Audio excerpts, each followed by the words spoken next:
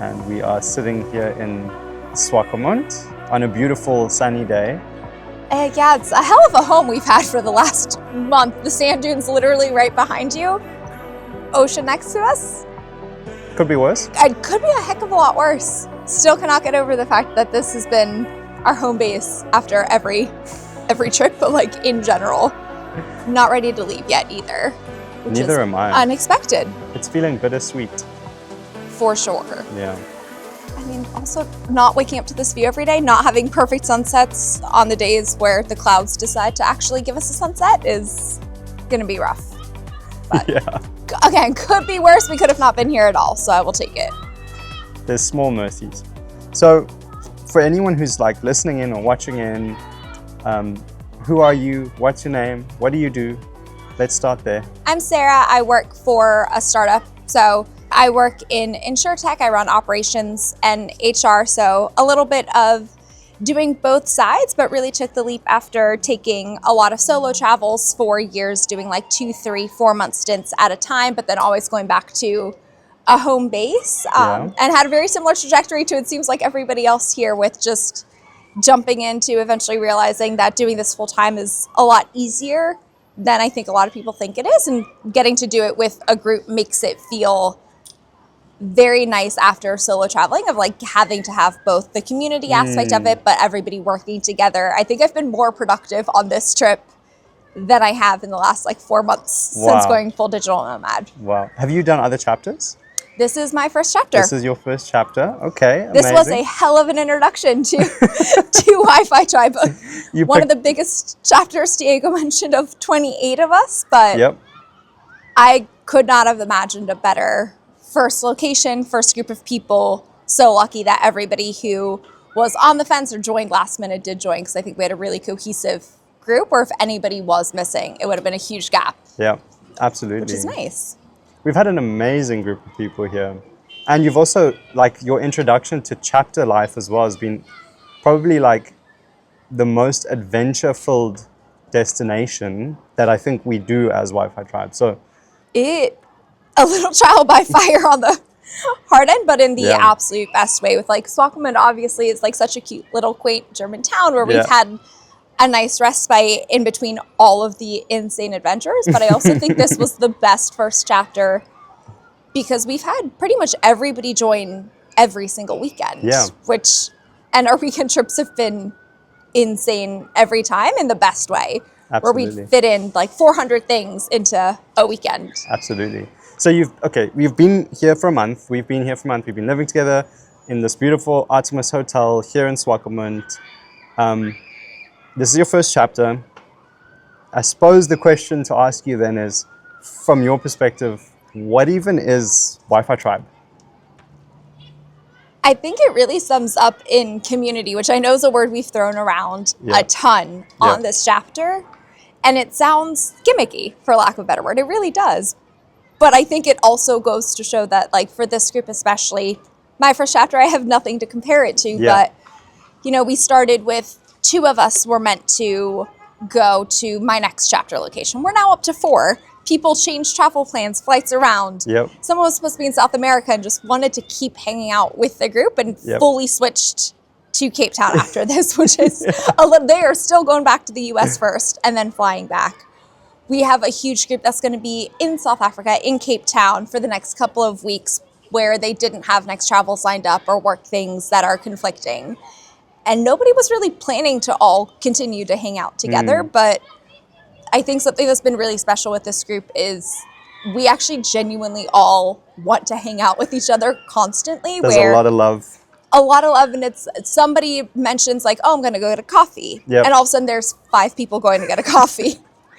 Or going to sit down and working at a pizza place. And somebody walks past and all of a sudden you have 5 people getting pizza. 3 people getting a glass of wine, where I don't think I've taken a single walk alone in the mornings, where it's just always somehow manages to be 4 or 5 of us taking the walk. Some people turn around early. Some people walk for the full 2-hour-long loop down to the mall right now. But having a group of people where we all showed up pretty much as strangers. A few people had met on previous chapters or met over Slack and just connected briefly. But we've managed to build a group that like genuinely enjoys each other's companies constantly, to where we're throwing raves the last week here until 1 a.m, or all meeting up to do huge dinners this week, which has been like so nice, especially with everyone's work schedules being so conflicting. People really intentionally make time to see each other, spend time together, and like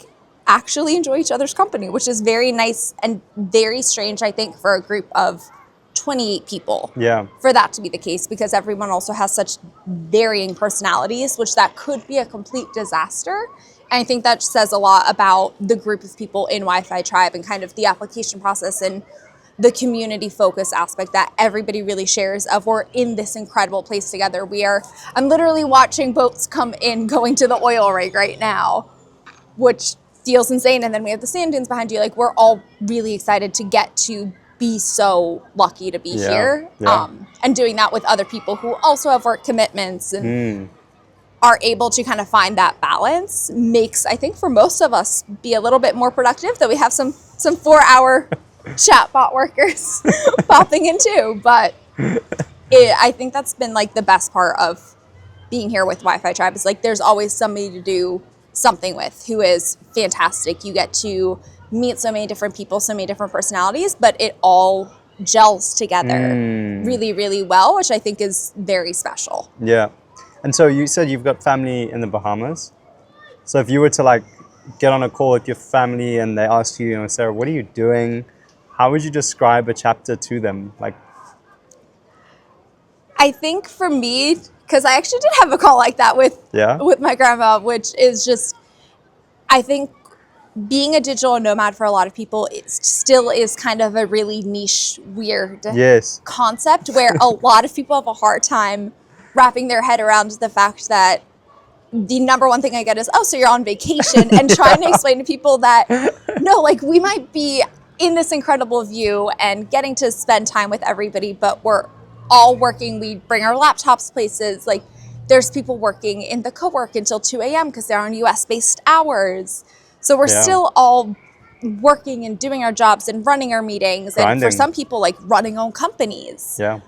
But we're just choosing to do so from these absolutely insane locations that are, I mean, for me, Namibia has been a bucket list location for 5 years now. I definitely got Instagram targeted by somebody who was here years ago, and I just saw Sandwich Harbor, actually, which we just did. And I was like, that is, I have to see that at some point, and getting to do so while still working, not having to take PTO. And to your point, we've had like incredible, massively adventurous weekend trips with everybody. But really stressing that like we're not actually on vacation. We're just all getting to do this like really incredible thing of working from new places, getting to see the world, getting to integrate in different communities and meet people, and doing so with a group of people, which for me has been the biggest leap from solo traveling, where it always feels a little bit harder to get into a group of things, find that routine where, I mean, I think in our first week, we had people going to the gym every day. I really tried on that. That did not make it. I really tried making that happen. It did not. Holly and I paid for the gym once and never went back. But coffee has been a good routine for me in the morning. But there's always somebody to do things with. You know, in the afternoon, for those of us working US hours, we usually lock in and actually make that happen. We got a couple of people on the European hours who are, you know, starting in at 9, 10 a.m. So there's always somebody, if you want to lock in, be serious, work. Remember that you're not actually on vacation despite the incredible backdrop we have. But if you need a break, need to do something, you have that locked in community, which makes, I think, travel also a little bit more accessible, which is something my family also has a hard time wrapping the brain around, that we are currently in Namibia and have been for a month, when I think a lot of people would have a hard time probably finding it on a map. Absolutely. Yeah, I think a lot of people, you know, still have that very traditional perspective on work and travel and seeing them as separate things, and, you know, trying to explain to family members that, like, no, I actually do have a real job. I do work. It just doesn't look like your job. We're not in a cubicle. But it's still a job. It's like I'm still doing something valuable for someone. And I think that has been like everyone's experience trying to explain it to families. Like, but what do you mean you're but you're not working. We see pictures of you like on a boat cruise randomly or, you know, next to a giraffe. Yeah, yeah. But then we come back here during the week and are all, for the most part, like very locked in. Yeah.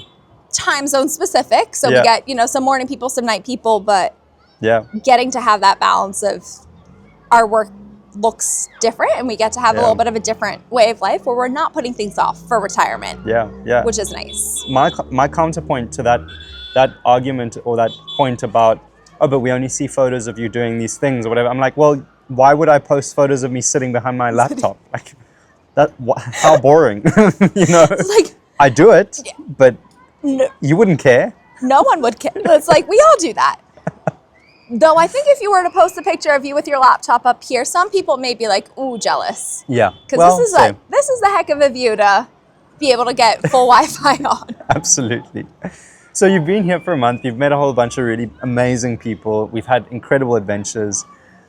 Who would you say this is for? Like, what kind of person really thrives in a Wi-Fi Tribe kind of environment or on chapter? I think at the core of it, we're all really excited to experience new things and get to find kind of a balance in a different way of life. But I mean, we have some people on the chapter who are super extroverted, always doing things. Some people that do need to recharge batteries a little bit. So I think on that sense, a lot of people get intimidated of joining a group trip where it's like you have to be on 24/7.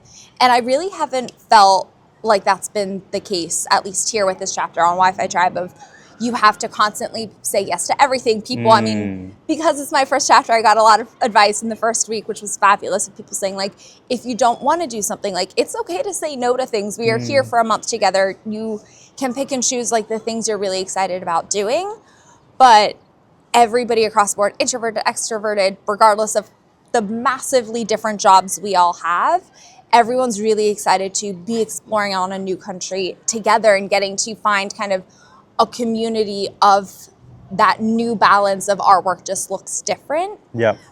So I'd say anybody that really wants to explore the world, but wants to do so with people that can truly become great friends who you probably wouldn't meet in your day-to-day life otherwise. I don't think any of us probably would have met. We're all from different countries, different cities, massively different industries, backgrounds. Yeah. But at the core of that, all of us are really excited to explore. We want to have that community of, we want our lives to look a little bit different. And that sounds really weird to a lot of people who do want more of that traditional, you know, 9 to 5, having a house and being in the same space and maybe taking a vacation once a year, which fantastic. But for us, most of us want our lives to look a little bit different. I mean, I think on this chapter, we've had 2 people who have started the process of giving up having a full-time residence, whether that be selling their house or looking to end their lease to really jump into this, because there's such a great community of people where you don't feel like you're on an island, which I think is the other part, that sometimes when you're doing this solo or when you don't have a community like Wi-Fi Tribe behind you, it's quite isolating. It's isolating. It's a little terrifying to take that leap without it. So yeah. And as a woman, what's the experience of like being part of a community while traveling versus solo traveling? I know that the experience for women is really, it's very different. Yeah, I think one of the biggest things for me is right before this trip, I was solo traveling for the last 2 months in different regions where there was a little bit more of a constant necessity to just be aware of your surroundings. I think as a woman, we think of the little things all the time that doesn't necessarily always occur to men, where it's, you know, walk with your keys in your hand, make sure you don't have anything out. If it's at night, your hair's not in a ponytail. And like part of having a community like this is when we're out to dinner and we walk back at 11 p.m.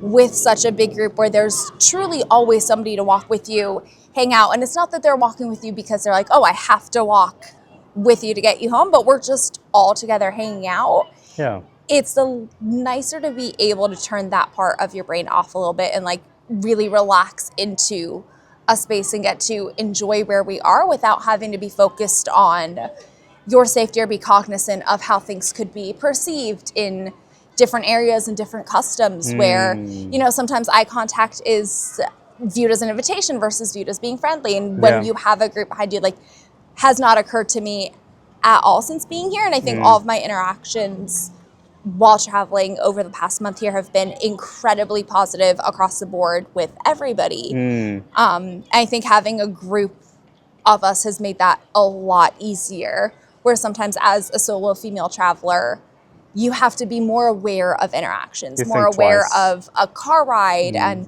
you know, do you need to be nervous about telling somebody that you're alone in an Airbnb or in a hotel versus we took over a whole hotel here, so we're never alone, which is nice. I hear you. Yeah, I know that, you know, the dynamics at play between people, especially when you've got like a male and a female, and if that female is alone, can be daunting. So I was speaking to Celine about it, and she was saying, you know, being here with everybody really gave her a sense of safety, which allowed her to enjoy this place in a different kind of way. You get to relax into it without having to. And it is something that until you travel with a group of people, especially if you've been solo for a while, you don't even realize just not necessarily how on edge, but you look at every interaction on a lens of, do I need to be worried about their perception being different in this interaction than mine? And having a group where, you know, if somebody's not actively with you, we've usually posted on Slack where we're going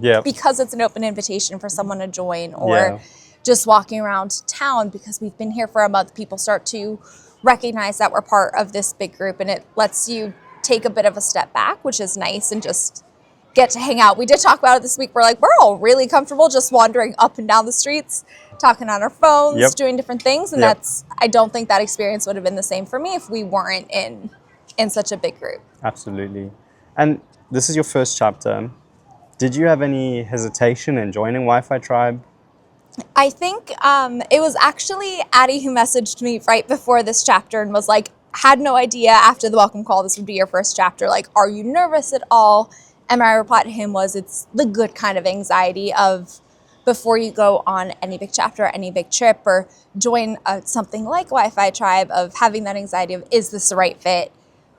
Are the people going to be people that you can really connect with and just relax into? Or do you constantly feel like you have to be on and super energetic and doing everything, saying yes to everything, which, let's be serious, I do that anyways, but I do it because I enjoy getting to experience everything. But for me, the hesitation was, you know, having solo traveled for so long, I really wanted to find a community to do it with, but not every community, I think, is as cohesive and incredible as the community we found here, at least for me. Again, first chapter, so I have nothing else to compare it to. It's all downhill from here. It's just just really setting the bar high here.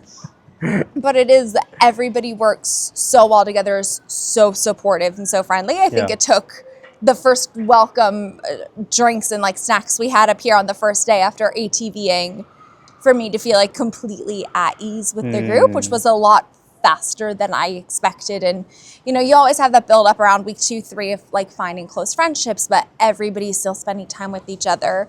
And that was a little bit unexpected for me, because I think a lot of times with 28 people, you can have kind of the clickiness that comes into it, or somebody feeling a bit left out. And what's incredible with this group, and I think the community as a whole, where I've had people reach out to me on random topics on Slack before, is everyone's really here for a community and really excited to support each other in all of the different craziness and different nerdiness that we have. And it's all accepted and cool. Like, everyone has massively different interests, and you get to be excited for somebody else, even if that's not your same interest, and learn something new. Where I've GeoGuessr, a game I never knew existed and I'm now massively obsessed with, mostly because I have a terrible sense of direction, apparently. But I never would have known it had Tom not done a mini Skillshare at like 2 a.m. when none of us could sleep and we're working one day. I think that sense of community is something I really wanted traveling, but I think Wi-Fi Tribe has done an incredible job of building one that truly feels like a community of very different but like-minded people. And I think that's what makes it so special, because it is a huge community. So you're pretty much never alone anywhere. I mean, go on PAX and there's dots in quite literally every corner of the world, including Antarctica some weeks, which is crazy. That is crazy. but having that and still having that sense of community where, you know, if you meet a triber while traveling somewhere else, you have a pretty good certainty that you're going to have a great time if you meet up with them and just go on a day trip or take a weekend trip, which I think having that ability is very rare when trying to build any kind of community, let alone a community that's as a little bit niche as we are here being digital nomads in, you know, places like Namibia, where that looks a little different than maybe being in London or in Paris, where you have so much more infrastructure and people around and just more support externally, versus here I think a lot of that support is built by all of the tribers and people on chapter, which is incredible. Yeah, absolutely. So why are you here? For me, at least in Namibia, this has been massively on a bucket list for me, truly for about 5 years now. And I looked at trying to come here, but Namibia is a stunning and beautiful country, but I think our first weekend showed us it's also a little challenging if you're on your own, between our car issues and running out of gas, getting stuck in sand dunes, couple flat tires. We really had a trial by fire that first week. It was intense, wasn't it?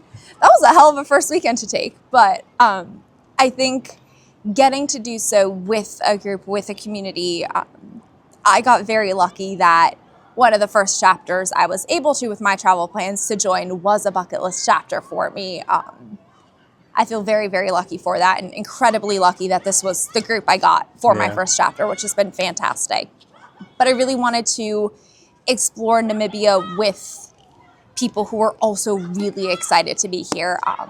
I think this is a bucket list location for a lot of us. Yeah. It's also a location I think a lot of people would not enjoy traveling to if they don't like the uncertainty, the adventure, changing plans, the adventure, the you know, best laid plans never go quite the way you expect when you're stuck on the side of the road with no gas and no cars, and you were told at the gate you're the first car that checks in. I think that moment could have been a lot more jarring if it was with somebody who didn't have that same sense of, well, let's go into this is it. Take me through the weekend trips. Take me through what we did. Like we're on weekend 1 now. I want to hear the story from your perspective. I feel like there's tea here. We had some tea weekend 1, which was truly like the best first chapter weekend. We were trying to decide, you know, between Etosha or do we do something else, and we wound up deciding on Palmbag, which is a private reserve that was about 5 hours drive away is what the internet told us, and the internet did lie. Realistically, more like 8. Yeah, the internet lied and set some unrealistic expectations on that.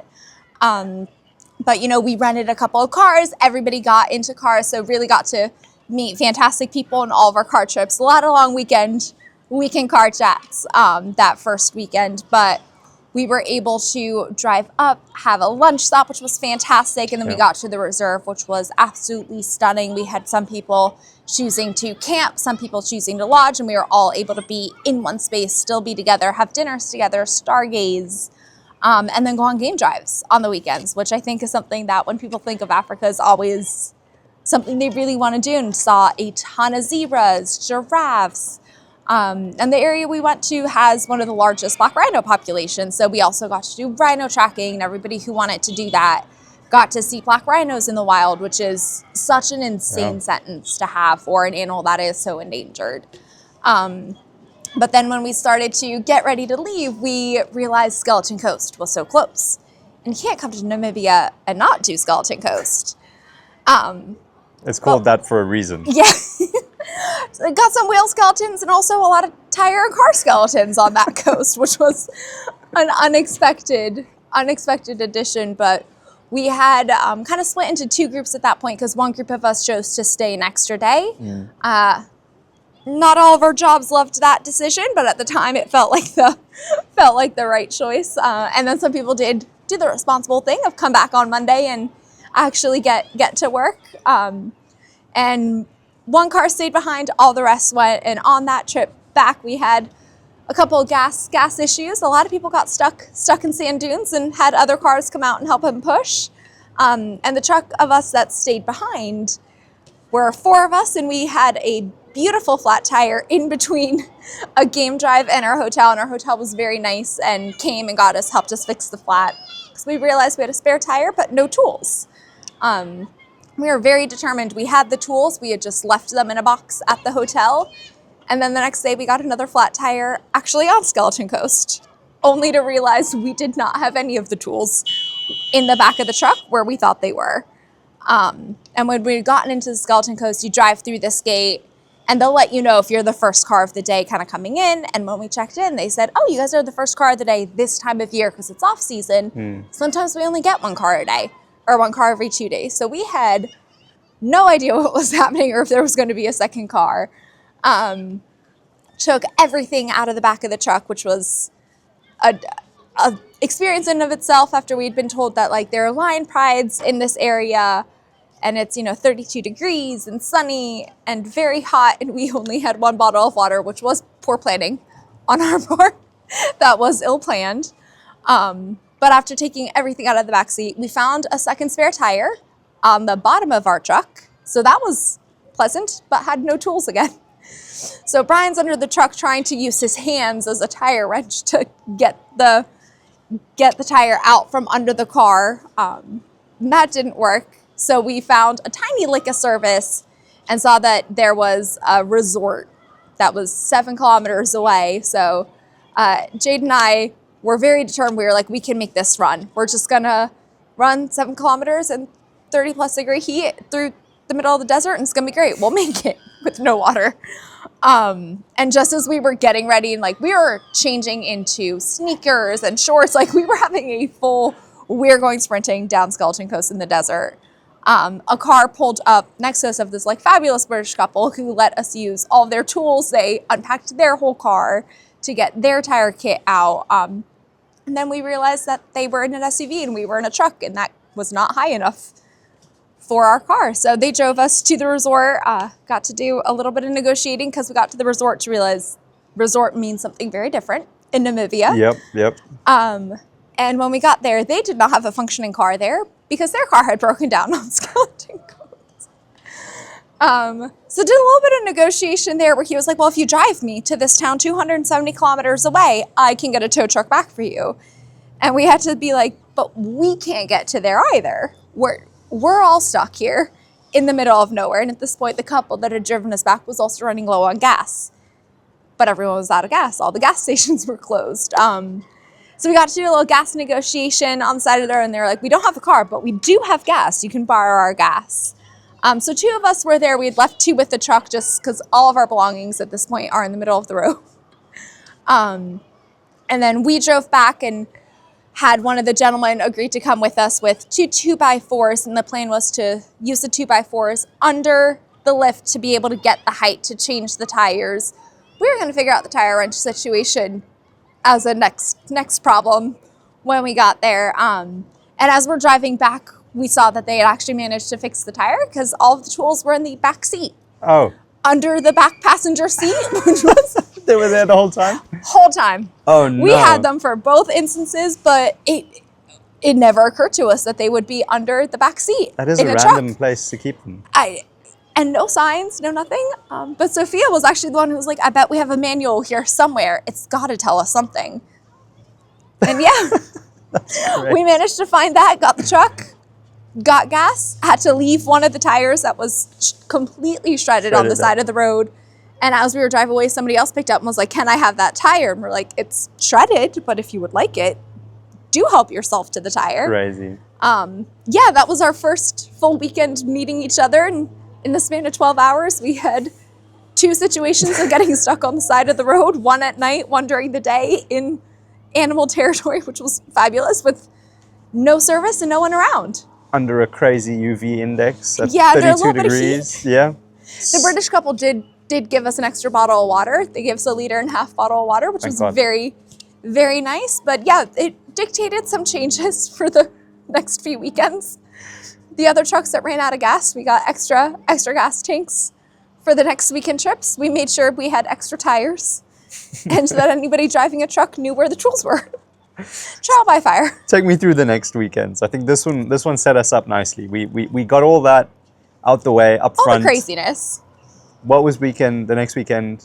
What did we do? Where did we go? So the next weekend we went to the Spitzkoppe area, which is like really stunning hiking and getting to be next to these incredible, like massive mountain areas where you got to go hiking, do summit hikes, and hang out in like a rock pool that was more of a rock swamp than a pool, I'd say. A couple of people got some clothes very dirty getting into that, but we got to go exploring, had a couple of frights. If you're ever camping, do not keep your lights on at night while cooking or we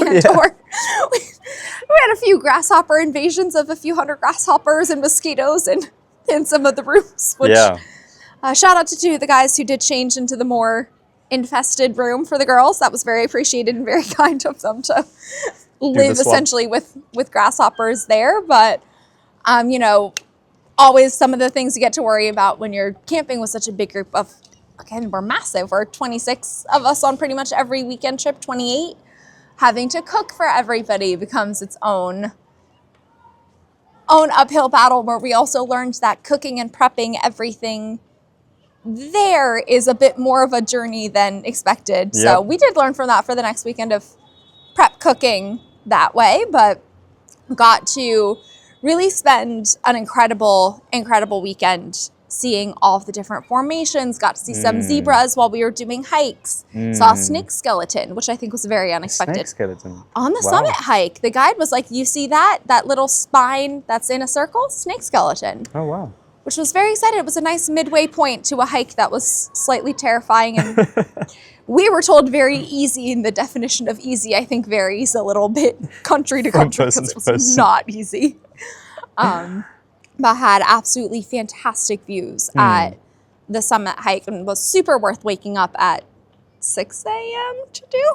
After having gotten some spotty sleep. Yeah, not a ton of great sleep across the board as a crew, but was a really fun weekend and just getting to hang out and enjoy with everybody. And, you know, when you have so many people, you're trying to coordinate cars and everything, which, again, I think with a group of people that wasn't so excited about being here and didn't actually really like each other could probably get a little bit contentious of, you know, everyone's hot, everyone's tired, not everybody got a great night's sleep. Yeah. You're trying to coordinate who goes back when, coordinate work schedules, because that's the other part of all of our weekend trips and coming back on Monday. Some people start earlier in the day, some people, you know, later if they're East Coast or Pacific hours, and doing that coordination not ahead of the trip, I think gets a little bit tricky sometimes, but that was a really, really fun weekend trip. The only complaint I think anybody really had was the clouds came in that weekend on what should have been a great stargazing trip, but we got stars every other weekend, so can't complain too much, and also can't control the weather, so we'll take that. No fault of our own. Yeah, no fault of our own. Wish we could control the weather a little bit. We could have added a few sunsets here, but was a like all around fantastic weekend, I think. And then after that, and then this past weekend we had, I think, the most like incredibly filled weekend. Yeah, we did like it felt like we had 400 lives in one weekend, which was a little crazy. But did another drive out, which should have been, you know, what, 5-ish hours to Sossusvlei, and actually, I think wound up being right around that. So we finally got the timing right on our drives, which was nice. But got to go to the Sossusvlei area, Dead Valley, which again is, when you think of Namibia, probably one of the most quintessential Namibia things you think of climbing the dunes and getting to have that incredible experience and just being out in the really what is the true desert of Namibia, where pretty much nothing is surviving. As we learned from our second night stay, we stayed at this really small place called Bushman's with this incredible person who was a wealth of knowledge of everything Namibia and the history, and getting 4 rains in 60 years was a little bit of a wild knowledge we got to learn about all the animals that managed to survive by drinking never, which was incredible. But we got to go hike on Dune 45, which we were all really excited about. And then we got there and we're like, this can't be the right dune. It looks so small. So if anybody ever goes hiking on a dune, if it looks small, it is the right dune. It is far larger than you think. It looks small from the distance. It looks small when you're at the bottom, and then you're climbing for an hour. Because we got there and we're like, we're making it to the top in 10 minutes. Like, this can't be right. We're going to turn around, and I think it took us maybe a little over an hour to get up. How did you feel about your cardio fitness? Very poorly. I came into that being, a couple of people on the trip heard me being like, no, we could definitely climb that mountain. Like, it looks worse than it is, but like, it can't be hard. Yeah, that dune humbled me really aggressively. Where it just kept going. Yep. And then it turned and we had a false summit where we thought we were at the top and we were not. There's another whole upward. But, at the time where I was like, you know what, we can just stay at this false summit and no one will know and it'll be perfect. Somebody did turn around. They're like, we drove 6 hours for this. You can absolutely make it. We're going to keep going. And that was the perfect motivation I needed, which Sam very much recognized, to like keep going, being like, okay, we got this. We're making it to the top for sunrise. And we made it right as sunrise happened, which was incredible. Unbelievable. And then we got to run down the dunes, or in some people's cases, roll down the dunes, which led to a little bit of dizziness, but I think was one of the most fun parts of the weekend was getting to see rolling down the dunes. I mean, Anna had the absolute best time of just giggling, rolling down the dunes, minus getting a little busy, little dizzy at the end of that, but getting to do that on, first morning at 6 a.m. and then going straight into Sossusvlei, where I think we finished the day and it was like 2 p.m. We're like, how have we had 4 days in one, but got to hike yet another dune? That was a little unexpected for me, of getting into the Sossusvlei area where you're just in this place that's been cut off from what used to be a river that formed after every rainy season, but a dune formed to block off all those trees 1,000 years ago. And now you're in this just incredible canyon that's filled with dead trees, surrounded by incredible landscape dunes that just truly looked like we were in a movie set background, but was just our Sunday hike around wandering through the desert, which was an absolutely insane experience, before going to Bushman's, which we had the absolute best time of getting to relax and enjoy beers and Sprites and just having a great time, before learning all about the area we were in and just how much of really an aggressive desert climate it is out there. And him giving us all of his experience and his family background of being here for 5 generations. Getting book recommendations from him was really, really fantastic. I think for a lot of us, one of our favorite parts of the weekend, of learning just about this incredible place we had been in, where we're coming in, getting to experience it for the first time with, like, I think a little bit of rose-colored glasses in some cases, being like, this is so cool.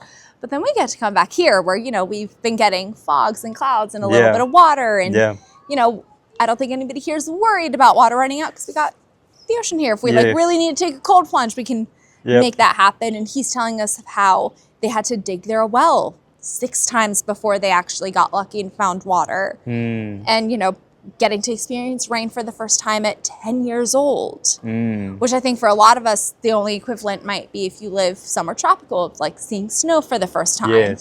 But for him, 10 to 12 years old was the first time he saw rain, which is for 30 minutes. And that was like it moment in his memory. Is incredible to hear about. And now he's built this really nice little location in this middle of the desert with a fantastic garden he's managed to build for himself, where we ate the watermelon, all the fruits, the vegetables, so fresh, straight from the garden. Best watermelon I think I've had in a quick minute there was grown in the middle of the desert, which was a very unexpected twist. But getting to learn all about his experiences, and then wake up the next day and make the drive back, and luckily no car issues this time. Which the road, I think last weekend was our worst road. Might have been. Yeah, our car at least wound up, the second we hit the highway, we were like, we're lucky we didn't get a flat tire, because this would have been the weekend for it. It was definitely a rougher road. I think it gets a lot more traffic than the other routes, because it's a more popular part of the country. More popular part. A lot of random bricks in the middle of the road. That was a fun addition. The bricks were weird. But they weren't there on the way there, which was the crazy part. The bricks appeared while in the 2 days we were off climbing the dunes. Someone walked in and for about 150 kilometers dropped bricks on both sides of the road. Are there any like core memories for you where you'll look back in 15, 20 years and you'll go like, oh my God, that was amazing? I think this trip has been filled with a ton of them. Seeing the first group of zebras, our first weekend, for me, it was the first time I've seen zebras like out, not at a zoo or at a rehabilitation location. But the best part of it for me was then talking to the guides afterwards and them saying how they've had the drought for 7 years. And during that drought, all the zebras had actually left and gone to Etosha. But last year was the first year they had good rain and they came back for the first time. And then 2 days later, we're speaking to somebody after dinner here who had actually been a guide in Palmbog. And he was so confused when we started talking about zebras. He's like, we don't have those anymore. And we got to break the news to him that after the rain, they had a huge amount come back. The flat tire, the second flat tire for me also will definitely be a core memory. But, you know, we got to do a Wicked sing-along right after, which, like, really mellowed out all the crazy cortisol levels that we had at that point. And then I think Sandwich Harbor is the other thing we got to do is, like, a day trip on Monday, Tuesday? This week, all the days starting to go together. But that was just seeing the dunes right next to the ocean of just, it's a landscape that looks like it should not belong anywhere. And getting to do that, and everyone had talked all weekend about how we never want to see a sand dune again, and we are never climbing another sand dune.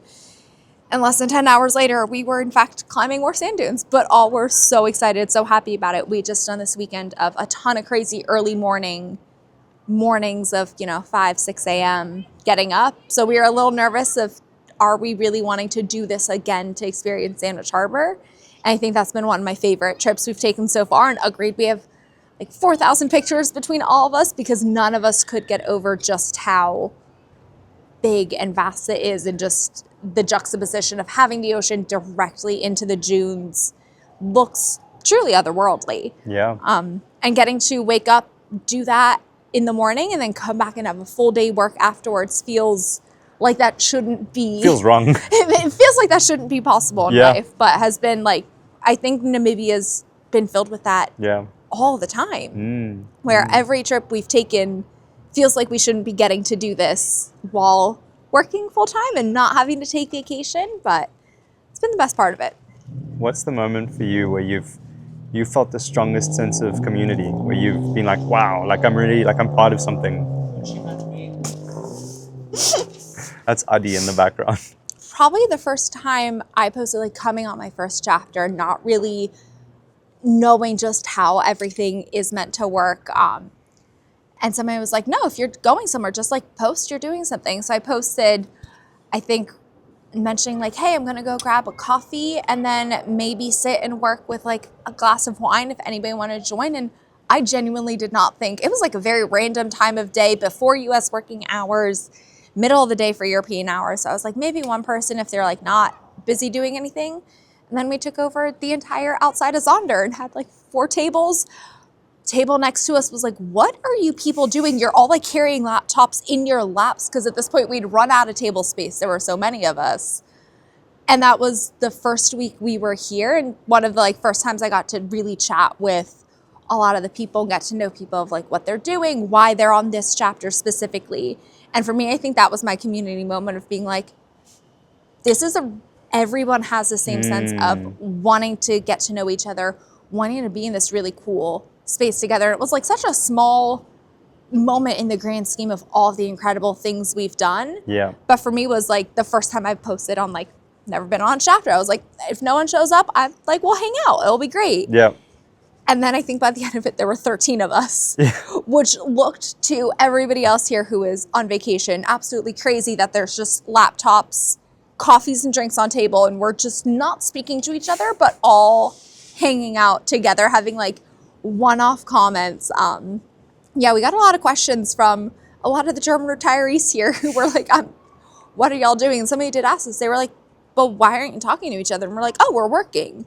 And they thought we were working for the bar. And it was like talking to my grandmother all over again and being like, no, we're we all work for different people in different countries, like all very different jobs. We're just getting to do it from here, and he could not wrap his brain around it. He was, I think we gave up at one point because we were like, we're just doing something very weird to a lot of people that don't know this exists.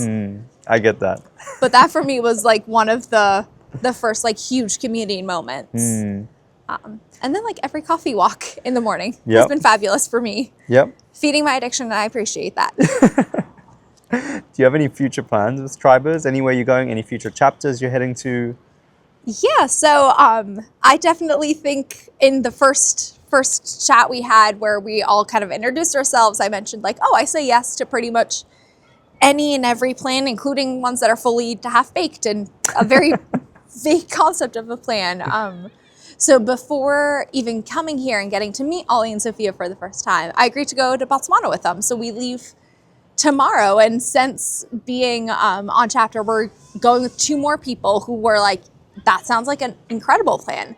Also jumping on that, and then we're meeting up with 2 people right after in Botswana we're doing together. We're going to Zambia. None of that is booked yet, but that's in a week. We got to book that. But going straight into that, and then going to Cape Town and doing another Cape Town chapter with now 2 more people that weren't supposed to be on that chapter, but wanted to kind of keep hanging out. And Cape Town's just such a central location here for people to get to other places and just have a quick break, where I think half our chapter at this point is mostly unplanned, but winding up in Cape Town. So we're going to be getting together once everybody relocates there in the next 2 weeks before people go off to their next corner of the world, which I think is really cool. And then we are starting to plan for a reunion at Tosha weekend, first week of September. Oh, it's happening. I'll make a note. Got to make the note, because then we're also tacking on gorilla trekking with Anna. Really? That is currently the plan. So that is a very half-baked plan at the moment still, but we are starting to get that together. She has agreed to help lend us her knowledge of where to go, what to do, how to do gorilla tracking right. I think it's going to be Uganda. Wow. Okay. That's exciting. What's a belief that you had about life, about work, that you feel is shared among all the members of Wi-Fi Tribe? I think it probably splits into 2 different ones for me. The first one being like, all of us very much had a concept, it seemed like initially, of work has to look very different than what we're doing now for it to be considered work. And it's been really nice to hear other people's perspective of being like, no, when you first start to do this, it kind of feels wrong to get to do this and still be super productive and get to do it all. And it's something that when you're doing it alone it just feels wrong, because you don't really hear about it. And it's a relatively newer concept of having what for most of us are really traditional jobs. But getting to do that here. Yes. And getting to do that, during the week while doing what for most people is a once in a lifetime trip on weekends. And doing that as a group and getting to collaborate and work with each other, it feels crazy. You have people that are working for different nonprofits next to people who are leading the charge on AI, which makes me feel incredibly dumb because I still don't understand it after multiple skill shares.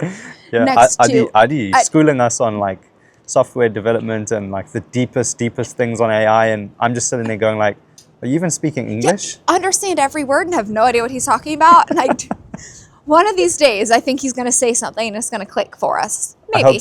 I hope so too. We'll be in Cape Town together, so we can keep pressing him until that day comes. Yeah. We're going to get a Cape Town Skillshare on Addie's version of AI on how to do it, and maybe that'll be what does it for us.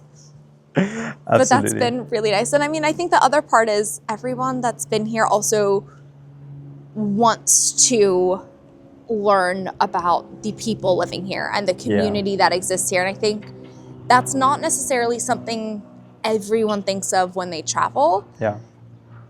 But everybody on this chapter was very conscious of wanting to meet people, interact and learn more about the community and the area we're in and just the history, because Namibia does have such an incredible and in a lot of places tumultuous history of just working with how things are today and what industries are they going into and how is their day-to-day life changing. And everybody on this chapter has been really incredible with wanting to have that and balancing that with, we got a group at Promised Land right now hanging out for the second time. A lot of us have been going to SPCA, just walking the dogs that are around here, and meeting the cats and just meeting people in the community that are working to kind of better the community. We're right across from the school. So I think at this point, all of us have chatted with the kids that just come hang out in front of the hotel at some point to learn more about their day-to-day life. And I think that's something that, again, when you're traveling with other people, isn't always something you're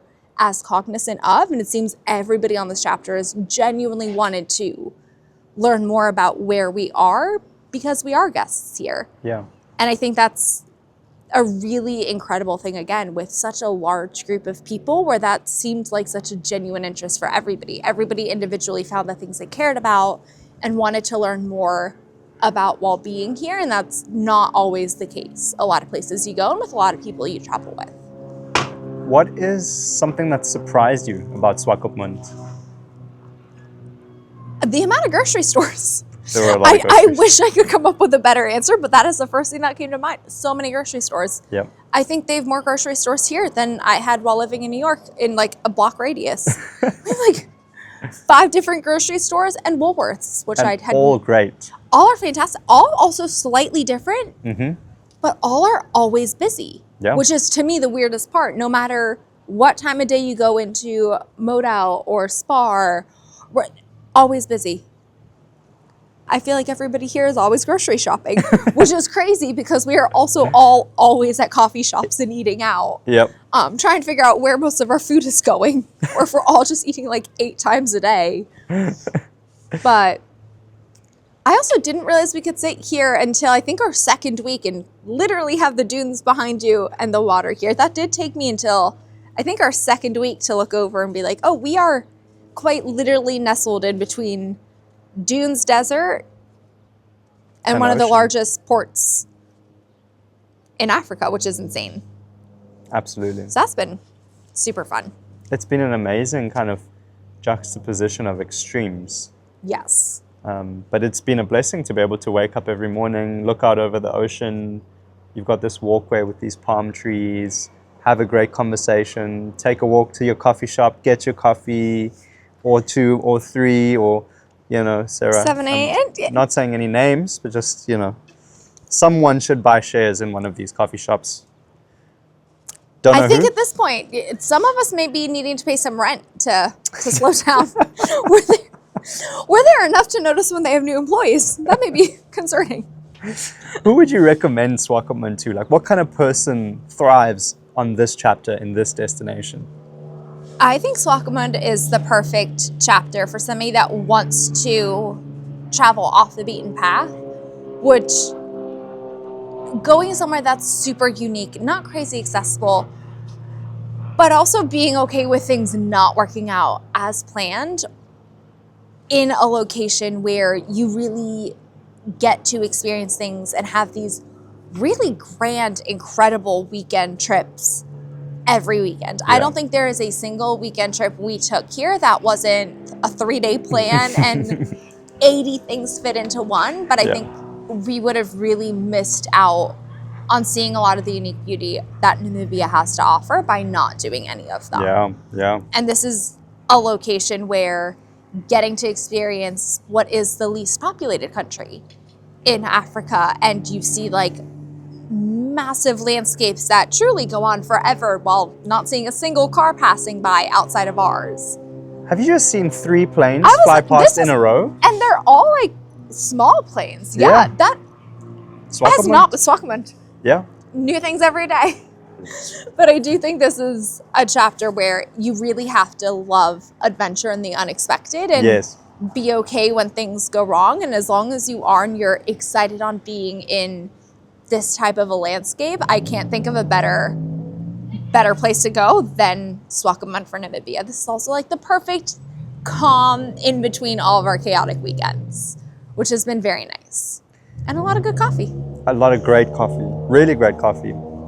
What do I need to know about you, Sarah, and like your context where you're from, your background, that'll help me understand why you fell in love with this place so much and why you're here.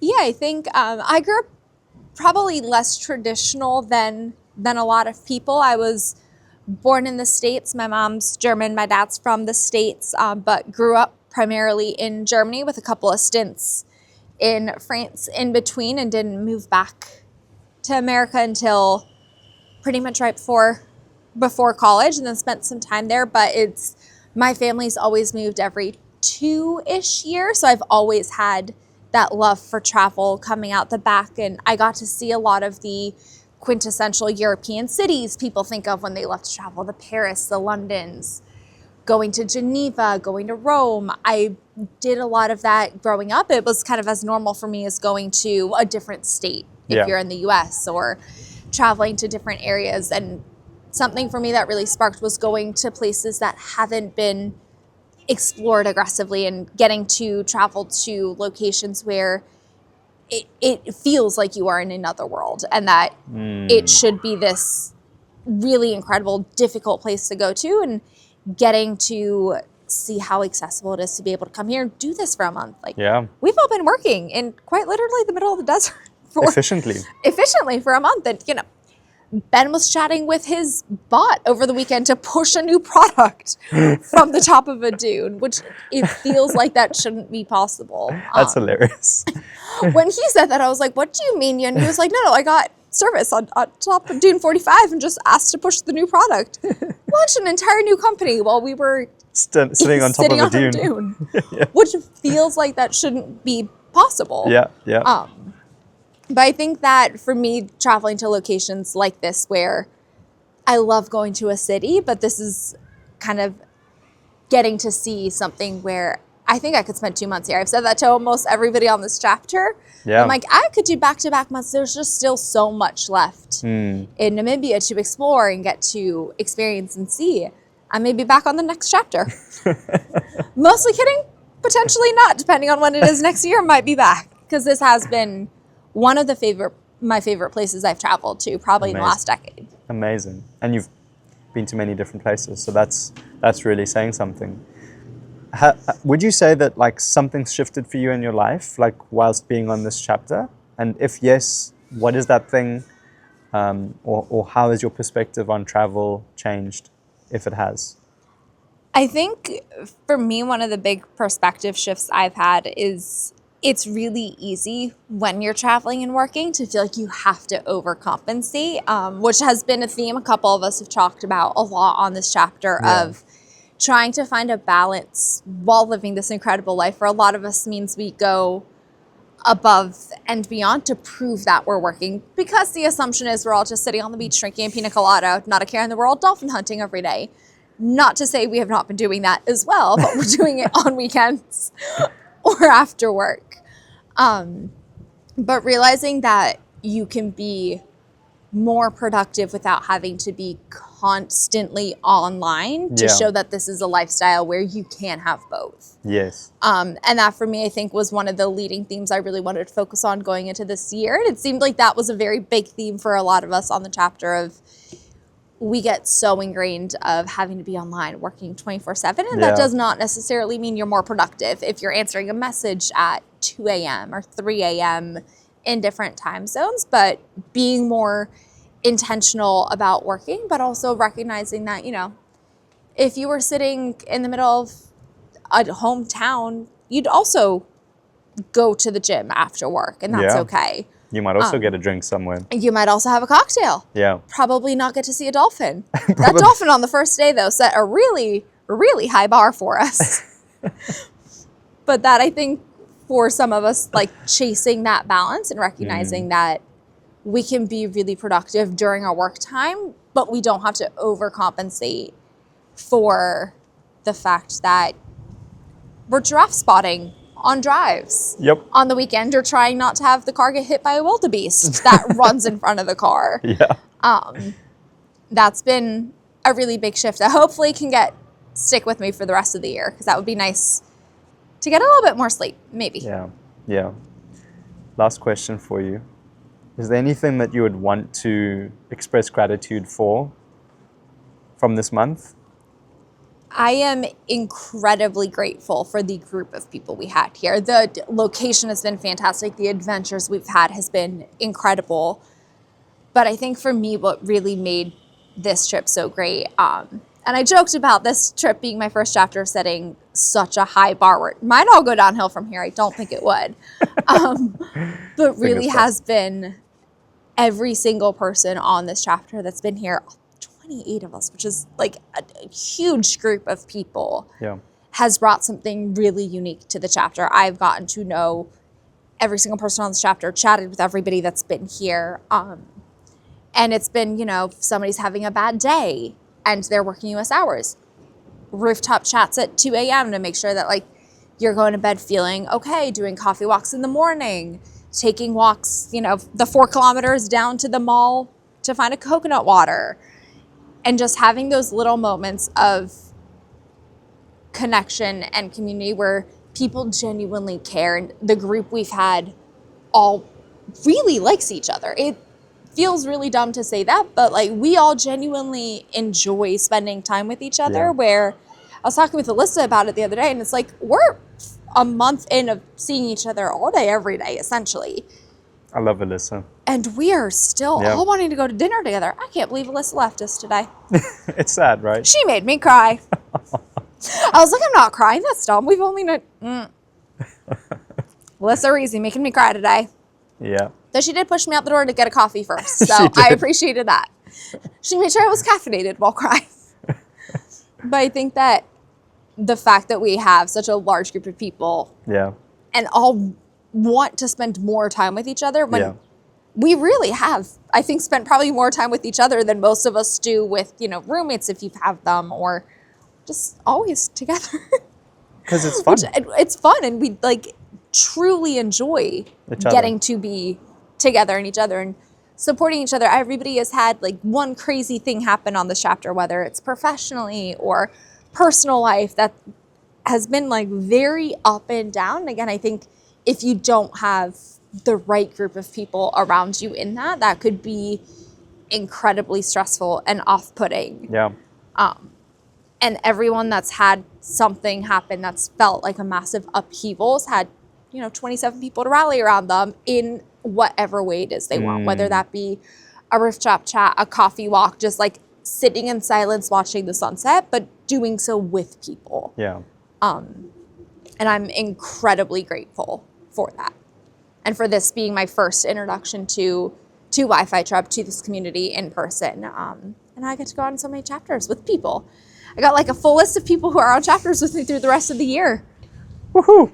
Which is fantastic. But I think the group of people really made this chapter, everyone got along. Again, we had a lot of things go wrong on some of our trips, not to anybody's fault, but desert and rocks and cars and running out of gas. And Namibia. If you're not with the right people, that could be really stressful and contentious. And even the first weekend when we'd all just met each other, I think that had it been a different group of people, could have been a very different scenario we're not laughing about. Yeah. Weeks later, people got back and immediately went to lunch together or to dinner together. We literally were never apart and wanting to spend time with each other. And I think that's been really incredible. I'm really, really grateful for that. Amazing. Thank you so much for your time and for coming and talking to me. Thank you for having a rooftop chat. You gave me sunshine today, because otherwise I would have just been downstairs working. So it's my pleasure. You're very welcome. Thanks, Dylan.